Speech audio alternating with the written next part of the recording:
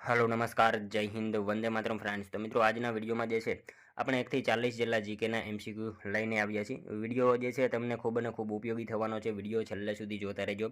Channel ઉપર નવો હોય તો ચેનલને ખાસ સબસ્ક્રાઇબ કરી લેજો। નવા સિલેબસ મુજબ મિત્રો આપણે જે છે 40 જેટલા જીકેના એમસીક્યુ આજના વિડીયોમાં લઈને આવ્યા છીએ। તો તમે વિડીયો છેલ્લે સુધી જોતા રહેજો। ચાલો શરૂ કરીએ। ક્વેશ્ચન નંબર 1, કયા નૃત્યના ગુરુઓને નટુવાંશ કહેવામાં આવે છે? કયા નૃત્યના ગુરુને જે છે એ નટુવાંશ તરીકે ઓળખવામાં આવે છે? તો શું આવશે અહીંયા રાઈટ આન્સર? મોહિનીઅટ્ટમ આવશે, બરાબર। ઓપ્શન સી રાઈટ આન્સર બનશે। ખાસ યાદ રાખજો, મોહિનીઅટ્ટમ આ જે છે નૃત્યના ગુરુઓને શું તો નટુવાંશ તરીકે એમને ઓળખવામાં આવે છે। અને મોહિનીઅટ્ટમ જે છે કયા રાજ્યનું છે? તો કયા રાજ્યનું આવશે?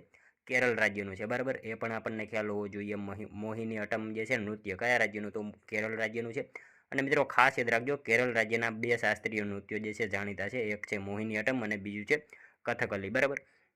બંને વિશે આપણને ખ્યાલ હોવો જોઈએ। ત્યારબાદનો ક્વેશ્ચન જોઈએ, ચાંદીમાંથી બનાવેલ આભૂષણોને શું કહેવામાં આવે છે? ચાંદીમાંથી બનાવેલા આભૂષણોને નીચેનામાંથી શું કહેવામાં આવે છે? એવું અહીંયા આપણને પૂછેલું છે। તો શું આવશે રાઈટ આન્સર? અહીંયા ગુંચી કહેવામાં આવશે, બરાબર। ઓપ્શન એ રાઈટ આન્સર બનશે। ચાંદીમાંથી બનાવેલા આભૂષણને શું તો ગુંચી કહેવામાં આવે છે, ખાસ યાદ રાખજો। ત્યારબાદનો ક્વેશ્ચન જોઈએ, કરતાર, ઉતાવળી, ફોફલ અને ઓજત નીચેનામાંથી કઈ નદીની સહાયક નદીઓ છે?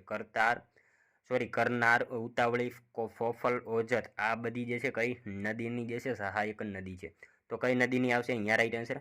ભાદર નદીની આવશે, ખાસ યાદ રાખજો। કરનાર, ઉતાવળી, ફોફલ અને ઓજત આ જે છે કઈ નદીની સહાયક નદી? તો ભાદર નદીની જે છે સહાયક નદીઓ છે, ખાસ યાદ રાખજો। ત્યારબાદનો ક્વેશ્ચન જોઈએ ચોથો, મૂળભૂત ફરજોનો વિચાર કયા રાષ્ટ્રના બંધારણમાંથી અપનાવવામાં આવેલો છે? મૂળભૂત ફરજોનો વિચાર જે છે કયા રાષ્ટ્રના બંધારણમાંથી અપનાવાયો છે?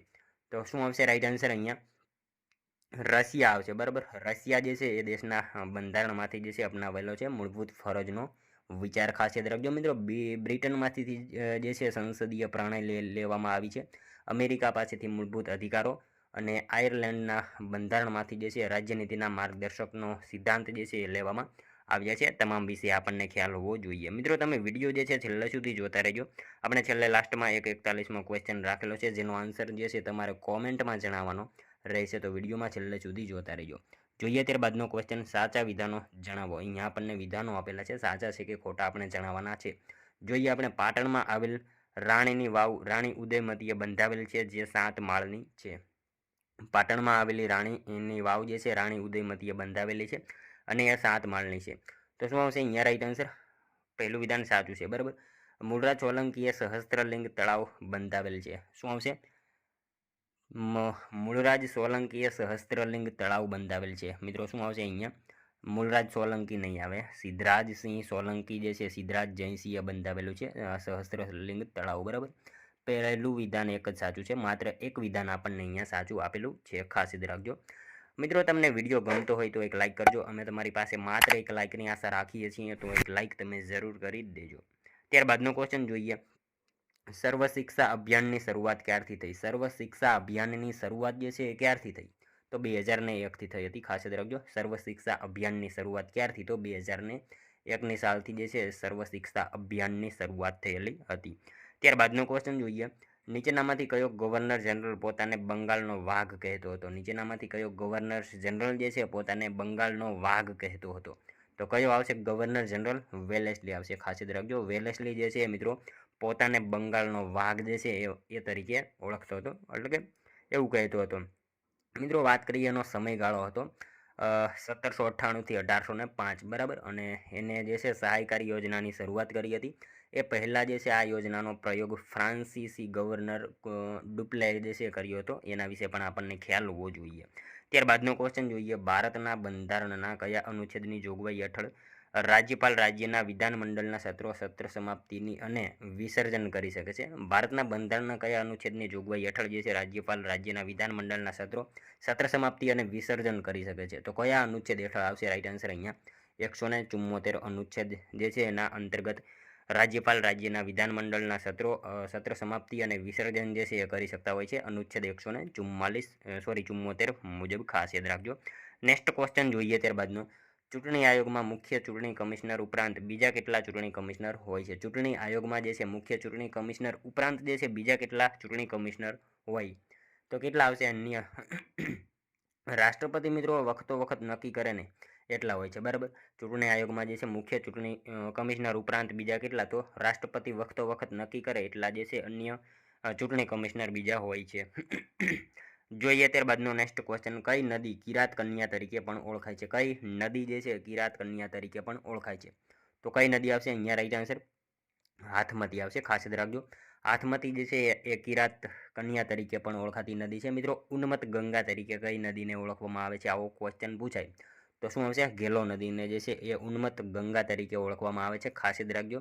મિત્રો અહીંયા આપણને એવું પૂછાય કે માલધારીઓની માતા તરીકે ઓળખાતી નદી કઈ? તો મચ્છુ નદી આવશે.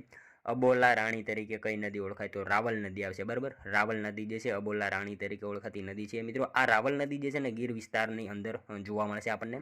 મિત્રો આ રાવલ નદીને જે છે અબોલા રાણી તરીકેની ઉપમા આપનાર જે છે એ કોણ હતા? ગુજરાતી સાહિત્યકાર હતા, એમનું નામ છે ઝવેરચંદ મેઘાણી. આ બધી માહિતી આપણને ખ્યાલ હોવી જોઈએ. ત્યારબાદનો ક્વેશ્ચન જોઈએ, જો 3 તારીખે ગુરુવાર હોય તો તે જ મહિનાની 17 તારીખે કયો વાર હશે? જો 3 તારીખે ગુરુવાર હોય તો તે જ મહિનાની 17 તારીખે કયો વાર હશે? શું આવશે? ગુરુવાર જ આવશે, બરાબર. જોઈએ ત્યારબાદનો નેક્સ્ટ ક્વેશ્ચન, સૌરાષ્ટ્રની વિવિધ પ્રજા પૈકી કઈ એવી ખમીરવંતી પ્રજા છે જ્યાં સ્ત્રીઓમાં ઘૂમટો નથી? સૌરાષ્ટ્રની વિવિધ પ્રજા પૈકી જે છે કઈ એવી ખમીરવંતી પ્રજા છે જેમાં સ્ત્રીઓમાં જે છે ઘૂમટો નથી? તો મેર પ્રજા આવશે અહીંયા, રાઈટ આન્સર. ખાસ યાદ રાખજો, સૌરાષ્ટ્રની વિવિધ પ્રજાઓ પૈકી જે છે એ મેર જે છે એ ખમીરવંતી પ્રજામાં સ્ત્રીઓમાં ઘૂમટો નથી, બરાબર. ત્યારબાદનો ક્વેશ્ચન જોઈએ, કેટલીક નદીઓના મુખ વિસ્તારોમાં સમુદ્રના મોજા પ્રચંડ ગતિથી ઊંચી દિવાલની જેમ નદીઓના પ્રવાહની સામે ઘસે છે. આ સ્થિતિ કયા નામે ઓળખાય છે? કેટલીક નદીઓના મુખ વિસ્તારોમાં જે છે સમુદ્રના મોજા પ્રચંડ ગતિથી જે છે ઊંચી દિવાલની જેમ નદીઓના પ્રવાહની સામે ઘસે છે. આ સ્થિતિને જે છે શું કહેવામાં આવે છે? તો એને ઘોડા ભરતી કહેવામાં આવે છે, ખાસ યાદ રાખજો. કેટલીક નદીઓના મુખ વિસ્તારોમાં સમુદ્રના મોજા પ્રચંડ ગતિથી જે છે ઊંચી દિવાલની જેમ નદીઓના પ્રવાહની સામે ઘસે છે. આને શું? તો ઘોડા ભરતી તરીકે એને ઓળખવામાં આવે છે, ખાસ યાદ રાખજો. મિત્રો કેટલીક નદીઓના મુખ જે છે વિસ્તારોમાં સમુદ્ર મોજા પ્રચંડ ગતિથી જે છે ઊંચી દિવાલની જેમ નદીના પ્રવાહની સામે ઘસે છે. આ સ્થિતિને ઘોડા ભરતીના નામથી ઓળખવામાં આવે છે. મિત્રો ચીનમાં આવેલી ક્વિયાન્ટાંગ નદીમાં જે છે હોંગજુએ પાસે જે છે વિશ્વની સૌથી મોટી ઘોડા ભરતી આવે છે. અને ભારતમાં વાત કરીએ સૌથી મોટી ઘોડા ભરતી તો ગંગા નદી હુગલીમાં જે છે કલકત્તા પાસે આવે છે, એ પણ આપણને ખ્યાલ હોવો જોઈએ. ત્યારબાદ ક્વેશ્ચન જોઈએ,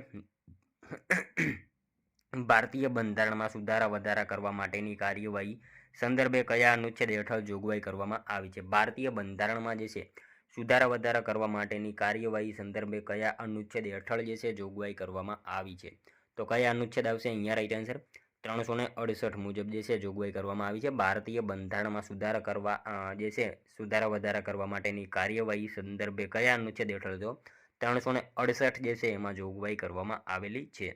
ત્યારબાદનો ક્વેશ્ચન જોઈએ, નરેન્દ્રભાઈ મોદીએ વર્ચ્યુઅલ માધ્યમ દ્વારા કયા સ્થળેથી જળ સંચય જન ભાગીદારીનો શુભારંભ કરાવ્યો હતો? નરેન્દ્રભાઈ મોદીએ મિત્રો વર્ચ્યુઅલ માધ્યમ દ્વારા જે છે કયા સ્થળેથી જળ સંચય જન ભાગીદારીનો જે છે શુભારંભ કરાવ્યો હતો? તો એ કરાવ્યો હતો સુરત ખાતેથી, ખાસ યાદ રાખજો. નરેન્દ્રભાઈ મોદીએ વર્ચ્યુઅલ માધ્યમ દ્વારા કયા સ્થળેથી? તો સુરત ખાતેથી જે છે એ જળ સંચય જન ભાગીદારીનો શુભારંભ કરાવેલો હતો, ખાસ યાદ રાખીશું આપણે. ત્યારબાદનો ક્વેશ્ચન જોઈએ, ભારતીય નાગરિકને મત આપવાનો અધિકાર કેવો છે? ભારતીય નાગરિકને મત આપવાનો અધિકાર જે છે એ કેવો અધિકાર છે? તો એ રાજકીય અધિકાર છે, બરાબર. રાજકીય અધિકાર છે. ભારતીય નાગરિકને મત આપવાનો અધિકાર કેવો? તો રાજકીય અધિકાર છે. જોઈએ ત્યારબાદનો નેક્સ્ટ ક્વેશ્ચન, ભારતના બંધારણમાં ભારતના દરેક નાગરિક માટે કુલ કેટલી મૂળભૂત ફરજ દર્શાવી છે? ભારતના બંધારણમાં જે છે ભારતના દરેક નાગરિક માટે જે છે કુલ કેટલી મૂળભૂત ફરજો જે છે દર્શાવવામાં આવેલી છે? તો કેટલી આવશે? રાઈટ આન્સર અહીંયા 11 આવશે, બરાબર. 11 જેટલી જે છે એ મૂળભૂત ફરજો દર્શાવવામાં આવી છે ભારતના બંધારણમાં. ભારતના દરેક નાગરિક માટે કુલ કેટલી? તો 11 જેટલી જે છે મૂળભૂત ફરજો દર્શાવવામાં આવેલી છે, ખાસ યાદ રાખજો. ત્યારબાદનો ક્વેશ્ચન જોઈએ, જૂનાગઢમાં ગિરનારની તળેટીમાં નીચે પૈકી કયા રાજાઓના શિલાલેખ આવેલ છે? જૂનાગઢમાં જે છે ગિરનારની તળેટીમાં નીચેનામાંથી કયા રાજાઓના શિલાલેખ જે છે એ આવેલા છે? તો શું હશે? જોઈએ આપણે. સમ્રાટ અશોક, સ્કંદગુપ્ત અને રુદ્રદામા, આ ત્રણેય જે છે એમના આવેલા છે. સિદ્ધરાજ સિંહના નહીં આવે, સિદ્ધરાજ જયસિંહના નહીં આવે, બરાબર. સમ્રાટ અશોક, સ્કંદગુપ્ત અને રુદ્રદામા, આ ત્રણેય જે છે રાજાઓના શિલાલેખ આવેલા છે જૂનાગઢમાં ગિરનારની તળેટીમાં, ખાસ યાદ રાખજો. ત્યારબાદનો ક્વેશ્ચન જોઈએ, નીચેનામાંથી કોનો સમાવેશ સંસદમાં થતો નથી? નીચેનામાંથી કોનો સમાવેશ જે છે એ સંસદમાં થતો નથી? તો કોનો સમાવેશ નહીં થાય? ઉપરાષ્ટ્રપતિનો નહીં થાય, બરાબર. સંસદમાં જે છે ઉપરાષ્ટ્રપતિનો સમાવેશ થતો નથી. લોકસભા, રાજ્યસભા, રાષ્ટ્રપતિ આ ત્રણેયનો જે છે સંસદમાં સમાવેશ થાય છે, ઉપરાષ્ટ્રપતિનો નહીં થાય. જોઈએ ત્યારબાદનો નેક્સ્ટ ક્વેશ્ચન, સાચા વિધાનો અહીંયા આપણને મિત્રો જણાવવાના કીધા છે. જોઈએ આપણે, પલ્લવ વંશની રાજધાની કાંચીપુરમ હતી. પલ્લવ વંશનો સ્થાપક શ્રી વિષ્ણુ હતો. શું આવશે રાઈટ આન્સર અહીંયા? બંને વિધાનો સાચા આપેલા છે. પલ્લવ વંશની રાજધાની કાંચીપુરમ હતી, પહેલું વિધાન સાચું છે, અને પલ્લવ વંશનો સ્થાપક જે છે શ્રી વિષ્ણુ હતો. બંને વિધાનો આપણને અહીંયા સાચા જ આપેલા છે, બરાબર. શ્રી વિષ્ણુ મિત્રો એની રાજધાની કાંચીપુરમ હતી અને એ વૈષ્ણવ ધર્મનો અનુયાયી હતો, બરાબર. એ પણ આપણને ખ્યાલ હોવો જોઈએ. અને મિત્રો કિરાતા જોનિયમનો લેખક જે છે ભારવી એ શ્રી વિષ્ણુના દરબારમાં હતો, એ પણ આપણને ખ્યાલ હોવો જોઈએ. મિત્રો વાત કરીએ પલ્લવ વંશનો અંતિમ શાસક, બરાબર. અંતિમ શાસક જે છે એ અપરાજિત વર્મન હતો, એ પણ આપણને ખ્યાલ હોવો જોઈએ. નેક્સ્ટ ક્વેશ્ચન જોઈએ ત્યારબાદનો, જોડકા જોડો. મિત્રો અહીંયા આપણને જોડકા આપેલા છે, જોડકા જોડવાના છે, બરાબર. જોઈએ આપણે, બંગ ભંગ આંદોલન જે છે 1905માં આવશે, બરાબર. બંગ આંદોલન 1905માં આવશે. મિત્રો બંગ આંદોલન પછી જે છે મુસ્લિમ લીગની સ્થાપના થઈ હતી 1906માં, બરાબર. ચોરી ચોરા કાંડ 1922માં આવશે. પુના પેકેટ જે છે 1932માં આવશે. આ રીતે જે છે એ આપણું જોડકું થશે. ચોરી ચોરા કાંડ મિત્રો 5 ફેબ્રુઆરી 1922, પુના પેકેટ 24 સપ્ટેમ્બર 1932, બરાબર. એ પણ આપણને ખ્યાલ હોવો જોઈએ, તારીખ પણ. ત્યારબાદનો ક્વેશ્ચન જોઈએ, ભારતના ઉચ્ચ ન્યાયાલયમાં ન્યાયમૂર્તિઓની સંખ્યામાં વધારો કરવાની સત્તા કોની છે? ભારતના ઉચ્ચ ન્યાયાલયમાં જે છે એ ન્યાયમૂર્તિઓની સંખ્યામાં વધારો કરવાની સત્તા જે હોય એ કોની છે? તો એ સત્તા સંસદની છે, ખાસ યાદ રાખજો. એ સત્તા કોની? તો સંસદની છે. ભારતના ઉચ્ચ ન્યાયાલયમાં જે છે, ઉચ્ચતમ ન્યાયાલયમાં ન્યાયમૂર્તિઓની સંખ્યામાં વધારો કરવાની સત્તા કોની? તો સંસદની એ સત્તા હોય છે, ખાસ યાદ રાખજો. ત્યારબાદનો ક્વેશ્ચન જોઈએ, અલાઉદ્દીનના બીજી વખતના આક્રમણ સમયે કોણે કર્ણદેવને શરણ આપી હતી? અલાઉદ્દીન જે છે બીજી વખત આક્રમણ કરે છે ત્યારે કર્ણદેવને કોને જે છે આશરો આપ્યો હતો? તો એ રામચંદ્રએ આપેલો હતો, ખાસ યાદ રાખજો. અલાઉદ્દીનના બીજી વખતના આક્રમણ સમયે જે છે કર્ણદેવને કોણે? તો રામચંદ્ર જે છે એમને શરણ આપી હતી, ખાસ યાદ રાખજો. ત્યારબાદનો ક્વેશ્ચન જોઈએ, હિન્દુ કોડ બિલ જે સુપ્રીમ કોર્ટમાં ધર્મનિરપેક્ષતાના મુદ્દા માટે લોકપ્રિય થયું તે કઈ અભિપ્રાયમાં સંબંધિત છે? હિન્દુ કોડ બિલ જે છે એ સુપ્રીમ કોર્ટમાં ધર્મનિરપેક્ષતાના મુદ્દા માટે લોકપ્રિય થયું હતું, તે કઈ અભિપ્રાયમાં સંબંધિત છે? તો કઈ આવશે રાઈટ આન્સર અહીંયા? શાહબાનુ કેસ આવશે, બરાબર. શાહબાનુ કેસ. મિત્રો આમાં જે છે મહિલાઓને આર્થિક સહાય પ્રાપ્ત થતી હોય છે, અને અથવા તો જે અન્ય ધર્મના જે છે એટલે કે મુસ્લિમ સંપ્રદાયની મહિલાઓને પણ આમાં જે છે આર્થિક રક્ષણ પ્રાપ્ત થતું હોય છે, એના માટેનો જે છે એ આ શાહબાનુ કેસ છે, બરાબર. ત્યારબાદનો ક્વેશ્ચન જોઈએ, પાઈકા વિદ્રોહ ક્યારે થયો હતો? પાઈકા વિદ્રોહ જે છે એ ક્યારે થયો હતો? 1817માં આવશે, બરાબર. ઓરિસ્સા રાજ્ય જે છે એની વાત અહીંયા કરવામાં આવેલી છે. પાઈકા વિદ્રોહ 1817માં થયેલો હતો. ત્યારબાદનો ક્વેશ્ચન જોઈએ, કોની મંજૂરી વગર બંધારણમાં સુધારો કરી શકાતો નથી? કોની મંજૂરી વગર જે છે બંધારણમાં સુધારો કરી શકાતો નથી? તો કોની મંજૂરી આવશે અહીંયા? આપેલ તમામ આવશે. લોકસભા, રાજ્યસભા, રાજ્ય વિધાનસભા આપેલ તમામ જે છે એમની મંજૂરી વગર બંધારણમાં જે છે સુધારો કરી શકાતો નથી, ખાસ યાદ રાખીશું આપણે. ત્યારબાદનો ક્વેશ્ચન જોઈએ, ગાંધીજીએ નવજીવન માસિક કોની પાસેથી લીધું હતું? ગાંધીજીએ નવજીવન માસિક જે છે કોની પાસેથી લીધું હતું? તો ઇન્દુલાલ યાજ્ઞિક, ઇન્દુ ચાચા જે છે એમની પાસેથી ગાંધીજીએ નવજીવન માસિક જે છે એ લીધેલું હતું, ખાસ યાદ રાખજો આપણે. ત્યારબાદનો ક્વેશ્ચન જોઈએ, સાચા વિધાનો જણાવો. મિત્રો આપણને અહીંયા વિધાનો આપેલા છે, સાચા છે કે ખોટા આપણે જણાવવાના છે. જોઈએ આપણે, ઇન્ડો યુનાની શાસકોમાં સૌથી વધુ પ્રખ્યાત મિનાન્ડર હતો, તેને નાગસેનથી બૌદ્ધ ધર્મની દીક્ષા લીધી હતી. શું આવશે? ઇન્ડો યુનાની શાસકોમાં સૌથી વધુ પ્રખ્યાત મિનાન્ડર હતો, સાચી બાબત છે, અને એને નાગસેનથી જે છે પ્રભાવિત થઈને બૌદ્ધ ધર્મની દીક્ષા લીધી હતી. બંને વિધાનો આપણને અહીંયા સાચા જ આપેલા છે, ખાસ યાદ રાખજો. ઇન્ડો યુનાની શાસકોમાં તે સૌથી વધુ વિખ્યાત હતો, અને એની રાજધાની સાકલ હતી, જે શિક્ષાનું પ્રમુખ કેન્દ્ર હતું, બરાબર. એ પણ આપણને ખ્યાલ હોવો જોઈએ. એની રાજધાની કઈ? તો સાકલ એની રાજધાની હતી. અને મિત્રો બૌદ્ધ સાધુ નાગસેને એને જે છે બૌદ્ધ ધર્મની દીક્ષા આપી હતી, નાગસેન, બરાબર. બંને વિધાનો સાચા જ આપેલા છે. જોઈએ ત્યારબાદનો નેક્સ્ટ ક્વેશ્ચન, કૃષિ અને પશુપાલન સેવાઓ માટે જાણીતો ફોન નંબર કયો છે? કૃષિ અને પશુપાલન સેવાઓ માટે જે છે જાણીતો ફોન નંબર નીચેનામાંથી કયો છે? તો કયો આવશે અહીંયા રાઈટ આન્સર? 1551 આવશે, ખાસ યાદ રાખજો. કૃષિ અને પશુપાલન સેવાઓ માટે જાણીતો ફોન નંબર કયો? તો 1551 જે છે કૃષિ અને પશુપાલન સેવાઓ માટે જાણીતો ફોન નંબર છે, ખાસ યાદ રાખજો. ત્યારબાદનો ક્વેશ્ચન જોઈએ, મેદાનો કુલ ભૂમિખંડનો કેટલો ભાગ રોકે છે? મેદાનો જે છે કુલ ભૂમિખંડનો કેટલા ટકા ભાગ જે છે એ રોકે છે? તો મેદાનો 41% જેટલો ભાગ રોકે છે. ખાસ યાદ રાખજો, મેદાનો કુલ ભૂમિખંડનો જે છે 41% જેટલો ભાગ રોકે છે. ત્યારબાદનો ક્વેશ્ચન જોઈએ, બાળભૂતનો મેળો ક્યાં ભરાય છે? બાળભૂતનો જે મેળો જે છે એ ક્યાં ભરાય છે? તો મિત્રો આપણે સૌ જાણીએ છીએ ભરૂચ ખાતે જે છે બાળભૂતનો મેળો જે છે એનું આયોજન થાય છે. ખાસ યાદ રાખજો. ત્યારબાદનો ક્વેશ્ચન જોઈએ, ગાંધીજીને રામ નામનો મંત્ર કોણે આપ્યો હતો? ગાંધીજીને મિત્રો રામ નામનો મંત્ર જે છે એ કોણે આપ્યો હતો? તો મિત્રો રંભા એમને જે છે આપેલો હતો ગાંધીજીને રામ નામનો મંત્ર, આપણે સૌ જાણીએ છીએ. જોઈએ ત્યારબાદનો નેક્સ્ટ ક્વેશ્ચન, રૂપિયાનું ઝાડ ચિત્રકૃતિ માટે કોણ જાણીતું છે? રૂપિયાનું ઝાડ આકૃતિ જે છે ચિત્રકૃતિ એના માટે કોણ નીચેનામાંથી જાણીતું છે? તો કોણ આવશે અહીંયા? રસિકલાલ પરીખ આવશે. બરાબર, રસિકલાલ પરીખ જાણીતા છે રૂપિયાનું ઝાડ કૃતિ માટે. કોણ? તો રસિકલાલ પરીખ જે છે એ જાણીતા છે. ત્યારબાદનું ક્વેશ્ચન જોઈએ, રાજ્યના આયોજન પંચના અધ્યક્ષ કોણ હોય છે? રાજ્યના આયોજન પંચના અધ્યક્ષ જે છે નીચેનામાંથી કોણ હોય? તો મિત્રો રાજ્યના આયોજન પંચના અધ્યક્ષ હોય છે મુખ્યમંત્રી. ખાસ યાદ રાખજો, રાજ્યના આયોજન પંચના અધ્યક્ષ કોણ? તો મુખ્યમંત્રી જે છે એ રાજ્યના આયોજન પંચના અધ્યક્ષ હોય છે. ત્યારબાદનો ક્વેશ્ચન જોઈએ, સાચા વિધાનો જણાવો. મિત્રો આપણને અહીંયા જે છે વિધાનો આપેલા છે, જોઈએ આપણે શું આવશે. દેવની મોરીસ બૌદ્ધ સ્તૂપનું નિર્માણ રુદ્રસેન ત્રીજા દ્વારા થયું હતું. તે અરવલ્લી જિલ્લાના પુનસરી ખાતે આવેલ છે, પનસુરી ખાતે આવેલ છે. શું આવશે? બંને વિધાનો સાચા જ આપેલા છે મિત્રો. અહીંયા આપણને દેવની મોરી સ્તૂપ જે છે એનું નિર્માણ રુદ્રસેન ત્રીજા દ્વારા થયું હતું અને અરવલ્લી જિલ્લાના પનસુરી ખાતે જે છે આવેલું છે. બંને વિધાનો આપણને અહીંયા સાચા જ આપેલા છે મિત્રો. અહીંયા જે છે ઈસવીસન 3જી સદી આસપાસ જે છે અરવલ્લી જિલ્લાના શામળાજીથી 2 કિલોમીટરના અંતરે દેવની મોરી નામના સ્થળે જે છે બૌદ્ધ સ્તૂપના અવશેષો પ્રાપ્ત થયા છે. અહીંના જે છે અવશેષોને વડોદરાની મહારાજા સયાજીરાવ યુનિવર્સિટીના સંગ્રહાલયમાં સાચવવામાં આવ્યા છે. દેવની મોરી સ્થળે જે છે અનેક ભિક્ષુઓનો જે છે વસવાટ પણ હતો. બંને વિધાનો આપણને અહીંયા સાચા જ આપેલા છે, ખાસ યાદ રાખીશું. ત્યારબાદનો ક્વેશ્ચન જોઈએ, વારલી જનજાતિ વિશે ખોટું વિધાન જણાવો. વારલી જનજાતિ વિશે ખોટું વિધાન આપણને જણાવવાનું કીધું છે. જોઈએ આપણે, તે ભીલની જ એક પેટા જાતિ ગણાય છે. સાચું વિધાન છે મિત્રો.